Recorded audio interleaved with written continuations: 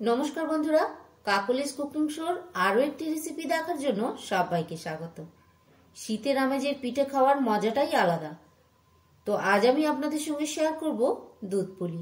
তবে চালের গুঁড়ো দিয়ে তৈরি নয়, সুজি দিয়ে তৈরি দুধ পুলি। একদম নরম তুলতুলে দারুণ এই টেস্টি রেসিপি বানানোও কিন্তু খুব সোজা। তো চলুন দেরি না করে শুরু করি আমার আজকের রেসিপি, সুজির দুধ পুলি। তো পিঠে তৈরির জন্য প্রথমেই আমি ডোটাকে বানিয়ে নিচ্ছি। তার জন্য নিয়ে নিলাম 1 কাপ সুজি। এখন এর মধ্যে দিয়ে দিলাম সামান্য একটু নুন, আর এখানে নিয়েছি 1.25 কাপ গরম জল। যেহেতু আমি 1 কাপ সুজি নিয়েছি, তাই এখানে 1.25 কাপ গরম জল নিয়েছি। আর প্রথমেই কিন্তু আমি সুজির মধ্যে পুরো জলটা ঢেলে দেবো না, আমি অল্প অল্প করে ঢালবো। তা যতটা জল লাগবে ততটা দেবো। আর যেহেতু ডোটা তৈরি করতে করতে আমি জল দেবো, তাই পরে যেটুকুনি জল লাগবে সমস্তটা গরম জলই অ্যাড করতে হবে। তো আমি এখানে 1.25 কাপ গরম জল নিয়ে নিই। সাধারণত যখন আমরা মিষ্টি সুজি তৈরি করি তখন 1 কাপ সুজির জন্য 2 কাপ জল নিই, মানে একটু টাইট সুজি তৈরি করার জন্য। তো এখানে আমাকে আরো একটু টাইট করে একটা ডো তৈরি করতে হবে, তাই আমি একটু কম জল নিয়েছি। মানে 1 কাপ সুজির জন্য ডাবল হলে 2 কাপ জল লাগে, সেখানে আমি 2 কাপের থেকে একটু কম 1.25 কাপ জল নিয়েছি। এবার অল্প অল্প করে সুজির মধ্যে এই জলটা দিয়ে আমি ডোটাকে তৈরি করে নেব। একেবারে পুরো জলটা দিয়ে দিলে হবে না, যদি পাতলা হয়ে যায় তাহলে তখন আবার ময়দা বা চালের গুঁড়ো মেশাতে হবে, তাহলে কিন্তু পুলি পিঠেটা আর নরম হবে না। তো অল্প অল্প করে মেশাতে হবে, আর এইভাবে একটু চেপে চেপে নাড়তে হবে। তাহলে সুজিটা যখন সেদ্ধ হবে তখন আস্তে আস্তে ম্যাশ হতে শুরু করবে। আর খুন্তিটা আমি যেরকম খুন্তি নিয়েছি এইরকম খুন্তি থাকলে ভালো হয়। আর যদি এইরকম নরম খুন্তি না থাকে তাহলে হাতা নিয়ে নেবেন, হাতার পেছন দিয়ে দিয়ে এইভাবে চেপে চেপে ডোটাকে তৈরি করে নেবেন। এইটা যতটা চেপে চেপে আপনি করবেন কিন্তু সুজিটা ততটাই মিহি হয়ে যাবে। আর আমি এখানে একদম ছোট দানা সুজি নিয়েছি। আপনাদের কাছে যদি ছোট দানা থাকে সেটাই নেবেন, সব থেকে ভালো হয়। আর যদি বড় দানা থাকে তাহলে মিক্সিতে গুঁড়ো করে নেবেন, তাহলে সুজিটা একদম ডাস্ট হয়ে যাবে। তো আমি পুরো জলটাই এর মধ্যে দিয়ে দিলাম। আপনি নিজেই বুঝতে পারবেন, নাড়তে নাড়তে দেখবেন সুজিটা অনেকটাই শুকনো হয়ে যাচ্ছে, তখন একটু জল দিয়ে দেবেন। আর যে কাপে আপনি সুজিটা মেপে নেবেন সেই কাপেরই 1.25 কাপ জল নিয়ে নেবেন, তাহলে কিন্তু ডোটা খুব সুন্দর তৈরি হবে। ডোটা যদি খুব নরম হয়ে যায় তাহলে যখন পুলিগুলো তৈরি করবেন তখন হাতে লেগে লেগে যাবে, পুলিগুলো ঠিকভাবে তৈরি হবে না। আর যদি খুব শক্ত হয়ে যায় তাহলেও কিন্তু পুলিগুলো ফেটে যাবে। আর কিছুক্ষণ নাড়তে নাড়তে দেখবেন সুজিগুলো এক জায়গায় হয়ে যাচ্ছে, ডোটা তৈরি হয়ে যাচ্ছে। তখন গ্যাসের আঁচটা অফ করে দেবেন, দিয়ে ওই গরম পাত্রের মধ্যেই আরো কিছুক্ষণ সুজিটাকে এইভাবে ম্যাশ করে নেবেন। আর সুজি কিন্তু যতক্ষণ গরম থাকে ততক্ষণ ওর কুকিং প্রসেসটা চলতে থাকে, তাই দেখবেন আপনি যদি একটু জল জল করেও নামান তাহলে নামানোর কিছুক্ষণ পরে সুজিটা টেনে যাবে, শক্ত হয়ে যাবে। তো আমার ডোটা রেডি হয়ে গেছে, আমি এবার এটাকে নামিয়ে নিলাম। আর নামিয়ে নেওয়ার পর কিন্তু বেশিক্ষণ ওয়েট করা যাবে না, একদম গরম গরম থাকতে থাকতেই এটাকে খুব ভালোভাবে মেখে নিতে হবে। তো একটু কষ্ট হবে। তো যদি মনে হয় যে হাতের মধ্যে খুব গরম লাগছে তাহলে একটু ঠান্ডা জলে হাতটা ডুবিয়ে নেবেন, নিয়ে তারপরে এই ডোটাকে তৈরি করবেন। আর এই ডোটা যতটা সুন্দর করে মাখা হবে, মানে একটু নরম আর একদম মোলায়েম করে মাখা হবে, ততটাই কিন্তু পুলি পিঠেটা সুন্দর হবে। দুধে যখন পিঠেটা ফোটানো হবে তখন ভেঙে যাওয়ার চান্স কিন্তু একদম কম থাকবে। আমি এখানে এডিট করেছি যেহেতু, তাই মাত্র কয়েক সেকেন্ড দেখিয়েছি ডোটাকে তৈরি করা। তো আমি 5 থেকে 7 মিনিট অনবরত এইভাবে মেখে মেখে ডোটাকে তৈরি করে নিয়েছি। তো ডোটা এখন আমার তৈরি হয়ে গেছে। এখন এটাকে একটা ন্যাপকিন দিয়ে চাপা দিয়ে রেখে দেবো। এটা যদি হাওয়ায় খোলা থাকে তাহলে কিন্তু শক্ত হয়ে যাবে। তো ন্যাপকিনটা আপনারা ভিজিয়েও নিতে পারেন, তাতে ডোয়ের ময়েশ্চারটা বজায় থাকবে ঠিকঠাক। আমি এতক্ষণ যে সুজির ডোটা তৈরি করলাম তাতে কিন্তু আমি সুজিটাকে কাঁচাই ব্যবহার করেছি। আর এখন আমি এই একই পাত্রের মধ্যে নারকেলের ছাইটা তৈরি করে নিচ্ছি। আমি এখানে একটা ছোট সাইজের নারকেল নিয়ে নিয়েছি। আর এখন আমি এই ছাইটাকে গুড় দিয়ে তৈরি করব।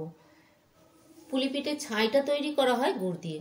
আর যেহেতু এটা শীতকালের স্পেশাল রেসিপি, তাই এটা খেজুর গুড় দিয়ে তৈরি করলে সব থেকে ভালো হয়। তবে সব জায়গায় সবসময় তো খেজুর গুড় অ্যাভেলেবেল থাকে না, তাই আপনি যে গুড় পাবেন তাই দিয়েই ছাইটা তৈরি করে নিতে পারেন। আখের গুড় মোটামুটি সব জায়গায় সবসময় অ্যাভেলেবেল থাকে, তো সেটা দিয়েও করতে পারেন। তবে আখের গুড় আর খেজুরের গুড়ের নিজস্ব একটা সুন্দর গন্ধ থাকে, তো এই গুড় দিয়েই যদি পুরটা করা হয় তাহলে কিন্তু বেশ সুন্দর একটা গন্ধ আসে। আর যদি ভেলি গুড় দিয়ে করেন তাহলে আমি বলবো এই সময় একটু এলাচ এর সঙ্গে মিশিয়ে দেবেন বা একটু গাওয়া ঘি এর সঙ্গে মিশিয়ে দেবেন, তাহলে খুব সুন্দর একটা গন্ধ আসবে। তো এখন আমি যে পুরটা তৈরি করছি এর মধ্যে আমি গুড়টা একসঙ্গে দিচ্ছি না, যেহেতু গুড়টা একদম জমে আছে, তো যতক্ষণ না গুড়টা গলবে বোঝা যাবে না ঠিক কতটা গুড় লাগবে। তো আমি একটু একটু করে গুড় দিয়ে এর সঙ্গে মাখিয়ে নিচ্ছি। খুব বেশি গুড় দিয়ে যদি ছাইটা তৈরি করা হয় তাহলে কিন্তু ছাইটা শক্ত হয়ে যাবে, আর তাহলে পিঠের মধ্যে যখন ছাইটা দেওয়া হবে পিঠেটা ভেঙে যাবে। তো আমি একটু একটু করে গুড় মিশিয়ে ছাইটাকে রেডি করে নিচ্ছি। আর ছাইটা কখন তৈরি হবে বুঝবেন, গুড়টা যতক্ষণ আপনি দিচ্ছেন এর মধ্যে একটু জল জল মতন থাকবে, সেই জলটা যখন শুকিয়ে যাবে জানবেন ছাইটা তৈরি হয়ে গেছে। তবে মোটামুটি একটা মিডিয়াম সাইজের নারকেলের জন্য 250 গ্রাম গুড় কিন্তু যথেষ্ট, এতেই ছাইটা সুন্দরভাবে তৈরি হয়ে যাবে। ছাইটা মিষ্টিও হবে, আবার একদম জমাট বেঁধে যাবে না। তবে একদম ড্রাই ঝুরঝুরে করে তৈরি করবে না ছাইটা, কারণ নামানোর পরে ঠান্ডা হয়ে যাওয়ার পরও কিন্তু এটা একটু জমাট বাঁধবে। তো এখানে আমার ছাইটা তৈরি হয়ে গেছে, এখন আমি এটাকে নামিয়ে নিচ্ছি। আর এখন এই ছাইটাকে একদম ঠান্ডা করে নিয়ে তবেই পিঠেটা তৈরি করতে হবে, কারণ ছাইটা ঠান্ডা হলে আরও একটু জমবে। তো নর্মালি ঠান্ডা করতে গেলে এখন অনেক সময় লাগবে, আর এখন রাত প্রায় 12টা বাজে। তো আমি ছাইটাকে তাড়াতাড়ি ঠান্ডা করে নেওয়ার জন্য ফ্রিজের মধ্যে রেখে দিয়েছিলাম, মাত্র 20 মিনিটের মধ্যেই ছাইটা ঠান্ডা হয়ে গেছে। তো এখন আমি পিঠেগুলোকে তৈরি করে নেব। আর এই ডোটা থেকে লেচি কাটার সময় হাতটাকে কিন্তু একদম পরিষ্কার রাখতে হবে, যদি হাতে সুজি লেগে থাকে তাহলে কিন্তু এর থেকে পুলি পিঠেটা ভালো করে তৈরি করা যাবে না।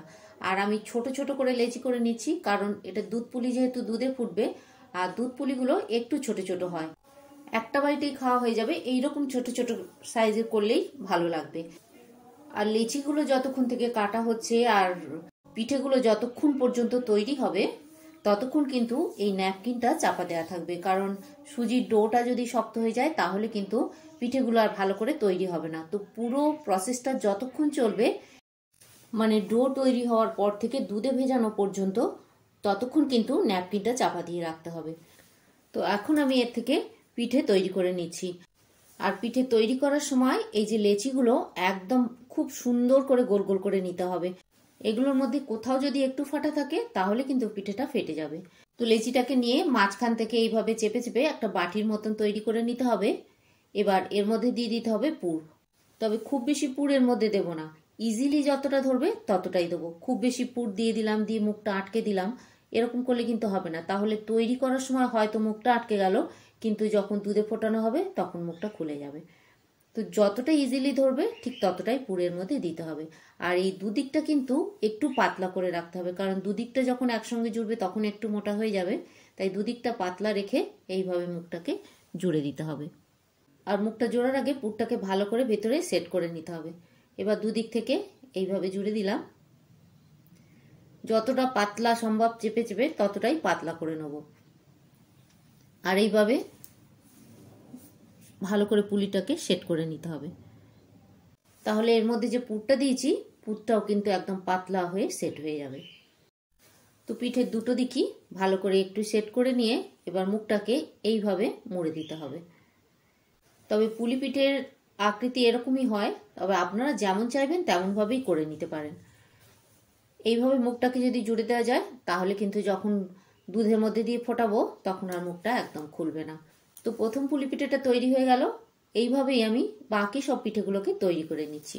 তবে তার আগে আর একটা পিঠে তৈরি করার পদ্ধতি আমি আপনাদের ফাস্ট ফরওয়ার্ড করে একটু দেখিয়ে দিচ্ছি। আর এইরকমই রেসিপি আমার চ্যানেলে আপলোড করা আছে, সেটা দেখে নিতে পারেন।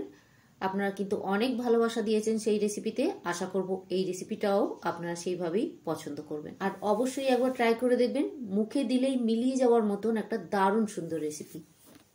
আর আগের পিঠের মুখটা জুড়েছিলাম একরকম ভাবে, এই পিঠের মুখটা একটু অন্যরকম ভাবে জুড়ে দিচ্ছি। দুভাবেই কিন্তু তৈরি করলে পুলি পিঠেটা মুখটা খুলে যাবে না। এইভাবে ভাঁজ করে করে মুখটাকে জুড়ে দিলাম, পিঠেটাকে সেট করে নিয়ে বাকি পিঠেগুলো এইভাবে তৈরি করে নিচ্ছি। আর পিঠে তৈরি করার শুরুতেই আমি দুধটাকে জাল দিতে বসিয়ে দিয়েছিলাম। আমি এখানে 500 ml ফুল ফ্যাট মিল্ক নিয়েছি, আর কিছুক্ষণ জাল দিয়ে গ্যাসটাকে অফ করে রেখেছিলাম। দেখুন কত মোটা করে সর পড়ে গেছে। তো এই সরটাই কিন্তু বেশ দুধটাকে ক্ষীর করতে কাজে লাগবে।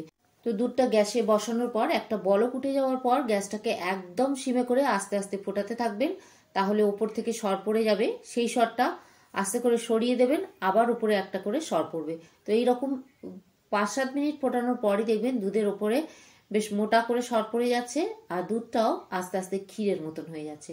তো এইভাবে দুধটাকে রেডি করে নেবেন। এখন আমি এর মধ্যে 2টো ছোট এলাচ দিয়ে দিলাম আর দুধটা আস্তে আস্তে ফুটতে থাকুক, ততক্ষণ আমি পিঠেটাকে তৈরি করে নিচ্ছি। তো সবকটা পিঠেই তৈরি হয়ে গেছে। এখন আমি এগুলোকে দুধে ফোটাবো। তার জন্য দুধটাকে একটু তৈরি করে নিচ্ছি। এখানে দিয়ে দিলাম 1/2 কাপ চিনি। আমি চিনিটা প্রথমে একটু দিলাম, তারপরে টেস্ট করে নিয়ে যদি লাগে আর একটু দেবো।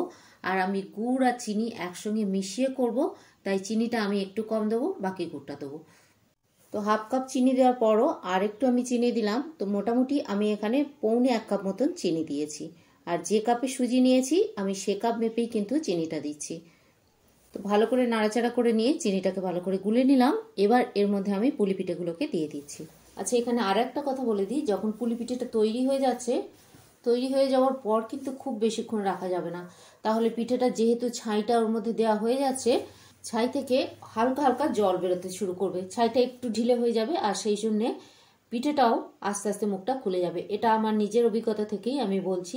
পিঠেটা যখনই তৈরি করা শুরু করবেন একদিকে দুধটাও জাল বসিয়ে দেবেন, তাহলে পিঠেগুলো তৈরি করার সাথে সাথেই দুধের মধ্যে দিয়ে দিতে পারেন। আর এখানে দেখুন ছাইটা তুলে নেওয়ার পরও বেশ কিছুটা ছাই এর মধ্যে লেগেছিল, তো আমি এটা একটু জল দিয়ে গরম করে নিয়েছি।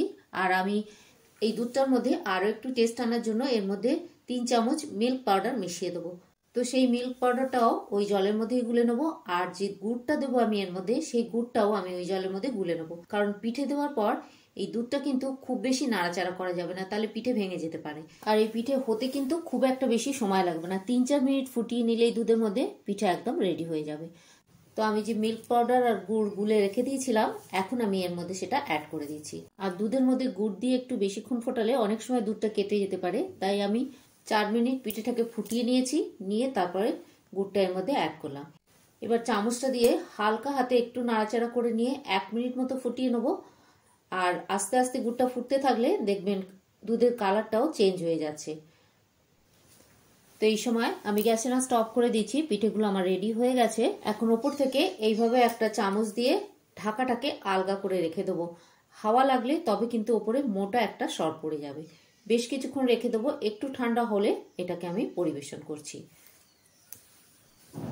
তো আধ ঘন্টা পর দেখুন কত সুন্দর এর কালারটা এসে গেছে। আর এই দেখুন ওপর থেকে একদম মোটা করে একটা সর পড়ে গেছে।